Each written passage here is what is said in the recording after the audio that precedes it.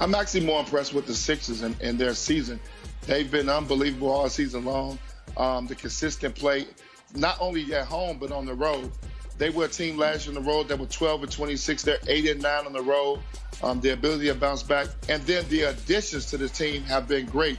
When you think about Steph Curry, Danny Green, Dwight Howard, and then Tobias Harris, my guy who got snubbed off the All-Star team, is a 50-40, 90 guy almost. So the Sixers are way more impressive than the Mavs. I think the Mavs were a little overrated. People had Luka to win the MVP. But as a team, they did not make a lot of adjustments or add enough pieces to be really competitive in the Western Conference when you talk about being in the top four. Okay, these are all great answers, great points. I'm going to tell you who I'm disappointed in. Brandon Marshall and Antoine Walker. And here's why. Hey, Brandon, I don't know if you've been looking, but ever since you made the proclamation that not only is Joel Embiid the league MVP, but Joel Embiid is the best player in basketball, replacing LeBron James. Let me go ahead and look. Oh, he's 14 of 53 from the field. He's shooting a robust 26% since that proclamation. You might be like, oh, everyone has a bad three-game stretch, even LeBron. And so we looked it up this morning. You're right. LeBron James has had a 30% or worse field goal percentage in 3 straight games. As an 18-year-old in his second week in the league, hasn't done it since then. So, Brandon, disappointed in you. But more importantly, I'm disappointed in my friend Antoine Walker, who took Ben Simmons off the All-Star team, who said, oh, defense, schmefense, who cares? And Ben Simmons, you know what he said last night?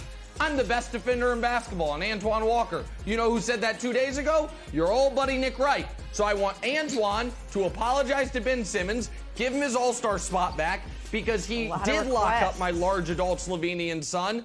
And Brandon, I want you to apologize to America for saying someone other than LeBron was the best player in the league.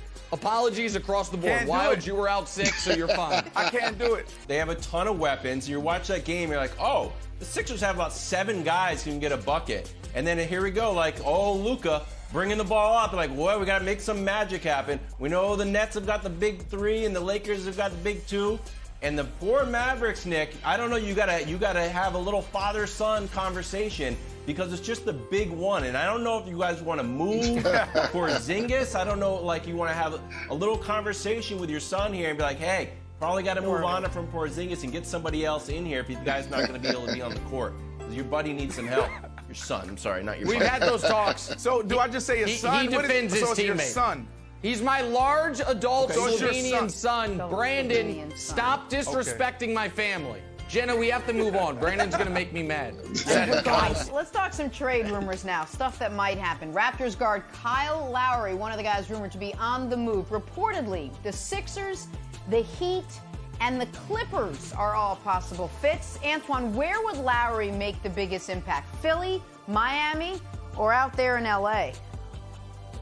Well, Kyle Lowry make an impact anywhere, but I think the biggest impact would be if he goes to the Philadelphia 76ers. If you add him to that equation with Ben Simmons and Joel Embiid, now you got a legitimate chance to compete against the Brooklyn Nets. Because Kyle Lowry's going to compete against Kyrie Irving. He's going to compete against James Harden. And he's been there before. He brings a championship pedigree. I think he'll be great for the Sixers. And then the icing on the cake is Kyle Lowry's from Philly. So he fits in perfectly with this team. So he would be great for any of those teams. And that's true. I think the point that Antoine makes about Philly is right. But Philly, I don't feel needs a point guard because they have all-star defensive player of the year Ben Simmons, fellow clutch client, by the way. The team that needs a point guard is Brandon's beloved Los Angeles Clippers. And I have been short selling like a rogue Wall Street trader the Clippers for years now. I'm telling you right now, Brandon Marshall, if they get Kyle Lowry, I'm going to have to reevaluate my position. He would absolutely fix whatever issues they have. He fixes the point guard issue.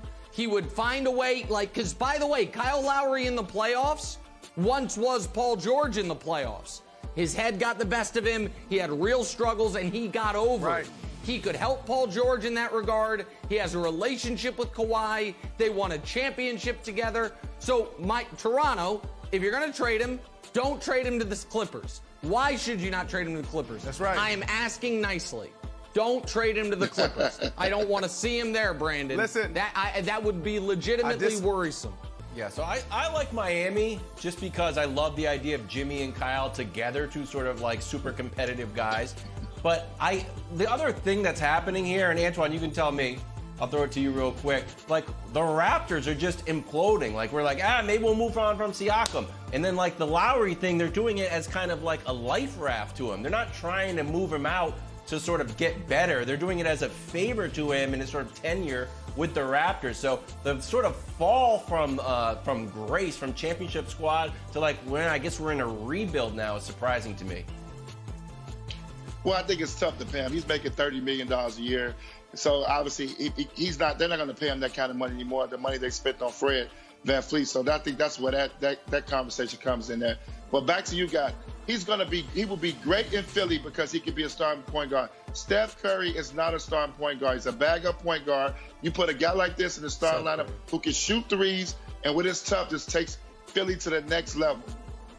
Just think about it. Thanks for watching. Subscribe here to get the latest from the show. Also, be sure to check out more of the best clips from First Things First, or go watch a few segments from our other shows on FS1.